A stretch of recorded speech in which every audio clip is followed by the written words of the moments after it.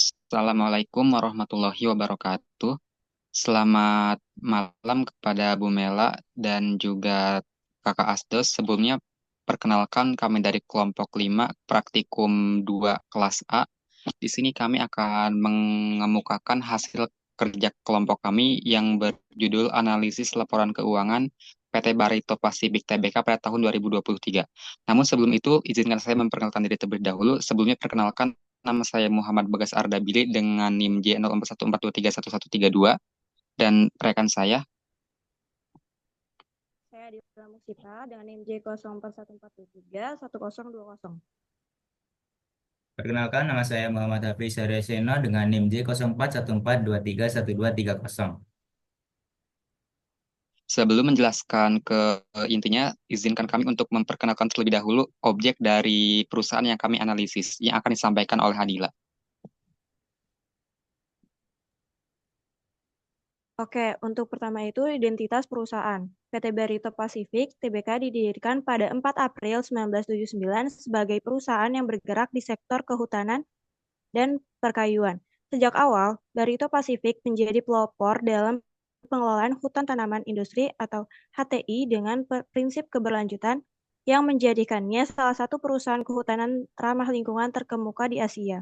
Pada 2007, Barito Pasifik mengubah namanya menjadi PT Barito Pasifik Tbk sebagai langkah awal dari ekspansi ke industri petrokimia.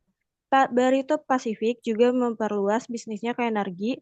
Pada 2017, perusahaan membentuk perusahaan patungan dengan PT Indonesia Power untuk proyek pembangkit listrik ultra supercritical melalui PT Indoraya Tenaga. Oke, selanjutnya. Oke, mungkin untuk analisis pertama adalah analisis laporan posisi keuangan. Untuk yang pertama adalah untuk di sisi sebagian kiri, yaitu bagian aktiva. Untuk jumlah aktiva sendiri atau jumlah aset sendiri, perseroan pada tahun 2020 itu 2023 itu adalah sebesar 10.150 juta US dollar, meningkat sebesar 9,75% dari tahun sebelumnya atau tahun 2022, yaitu yang sebesar 9.248 juta US dollar. Hal ini disebabkan oleh adanya peningkatan aset lancar dan aset tidak lancar. Untuk pembagiannya sendiri yaitu aset lancar pada tahun 2023 sebanyak 3.625 juta yang meningkat sebesar 25,96%. Hal ini cukup signifikan dibandingkan tahun sebelumnya 2022 yang sebesar 2.878 juta US dollar. Peningkatan atas lancar ini dipengaruhi oleh peningkatan kas dan setara kas, peningkatan piutang usaha, serta aset keuangan lainnya. Lalu untuk aset tidak lancar sendiri atau aset current, non-current asset, yang pada tahun 2023 tercatat sebanyak 6.525 juta US dollar, meningkat sebesar 2,43% dari tahun sebelumnya, yang sebesar 6.370 juta.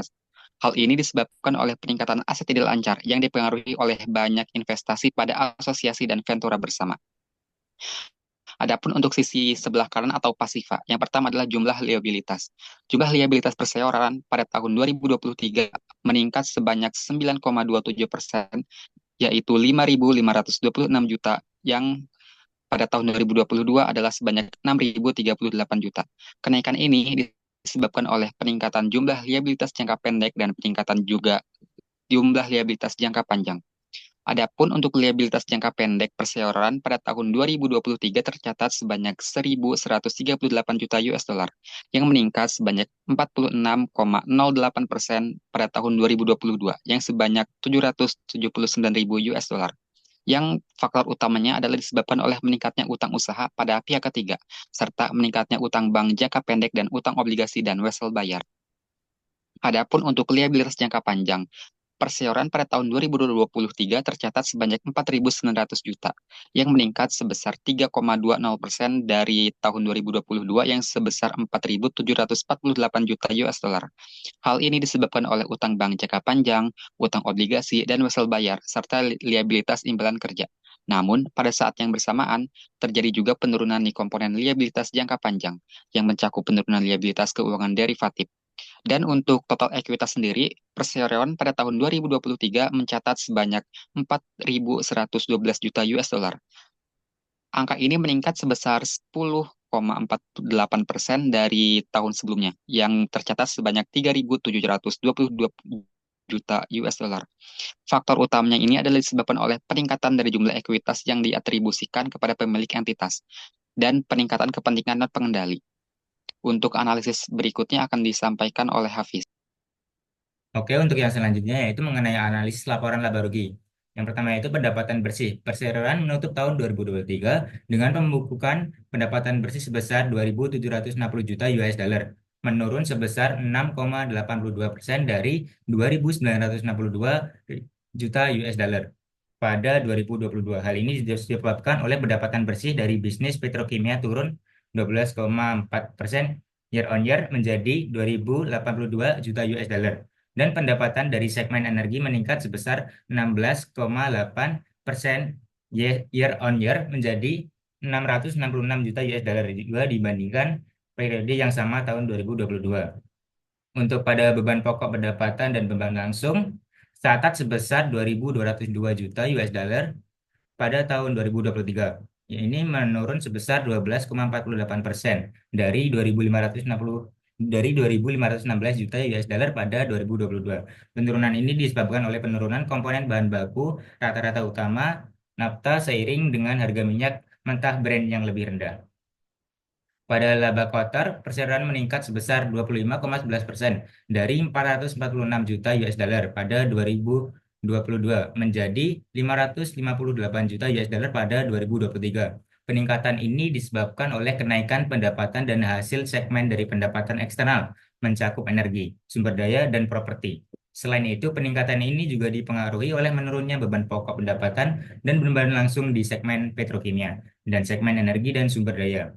Pada laba bersih tahun berjalannya, perseroan membukukan laba bersih tahun berjalan sebesar 100 juta US dollar pada 2023, meningkat sebesar 212,50% dari 32 juta US dollar pada tahun 2022, yang didukung oleh peningkatan pendapatan operasional dibandingkan tahun sebelumnya. Untuk pada penghasilan komprehensif lain tahun berjalan, pada 2023, perseroan mencatat rugi komprehensif lain tahun berjalan sebesar 22 juta US dollar, yakni menurun sebesar 115,17% dari penghasilan komprehensif tahun berjalan sebesar 145 juta US dollar pada 2022, yang disebabkan oleh adanya pencatatan kerugian pada pengukuran kembali atas program imbalan pasti setelah pajak, cadangan lindung nilai arus kas, dan bagian penghasilan komprehensif lain entitas asosiasi dan ventura bersama bersih. Untuk laba komprehensif tahun berjalannya yaitu pada tahun 2023, laba komprehensif tahun berjalan perseroan terbukukan sebesar 77 juta US dollar, menurun sebesar 56,74% dari 178 juta US dollar pada tahun 2022. Penurunan ini disebabkan oleh adanya penurunan di jumlah penghasilan komprehensif tahun berjalan yang diatribusikan kepada pemilik entitas induk dan kepentingan non pengendali. Untuk selanjutnya, analisis laporan perubahan ekuitas akan dijelaskan oleh teman saya yaitu Adila. Oke, selanjutnya adalah analisis laporan perubahan ekuitas. Pada tahun 2023, total ekuitas perseroan tercatat sebesar 4.111 juta US dollar, meningkat sebesar 10% dari tahun 2022, yaitu 3.721 juta US dollar. Ekuitas yang dapat diatribusikan kepada pemilik entitas induk. Pada tahun 2023, ekuitas yang dapat diatribusikan kepada pemilik entitas induk meningkat sebesar 7% dari 1.580 juta US dollar menjadi 1.688 juta US dollar. Peningkatan ini mencerminkan pertumbuhan laba bersih dan penambahan komponen ekuitas lainnya. Kepentingan non-pengendali pada tahun 2023, kepentingan non-pengendali tercatat sebesar 2.423 US dollar, meningkat sebesar 13% dari tahun 2022, yaitu 2.142 juta US dollar. Peningkatan ini terkait dengan pertumbuhan entitas anak dan kontribusi laba yang lebih besar kepada kepentingan non-pengendali. Selanjutnya akan dijelaskan oleh rekan saya. Oke, untuk selanjutnya adalah analisis laporan arus kas atau cash flow. Yang pertama adalah arus kas dari aktivitas operasi. Pada tahun 2023, arus kas diperoleh dari aktivitas operasi sebesar 141 juta US dollar, yang meningkat sebesar 206,02%. kenaikan signifikan ini dari tahun 2022 yang sebesar 133 juta US dollar. Penyebabnya adalah karena adanya peningkatan pada kas yang diterima dari kegiatan operasi perusahaan. Lalu yang kedua adalah arus kas dari aktivitas investasi. Arus kas pada aktivitas ini pada tahun 2023 tercatat sebesar 492 juta US dollar yang menurun sebesar 149,35% dari tahun sebelumnya yang tercatat sebesar 997 juta US dollar.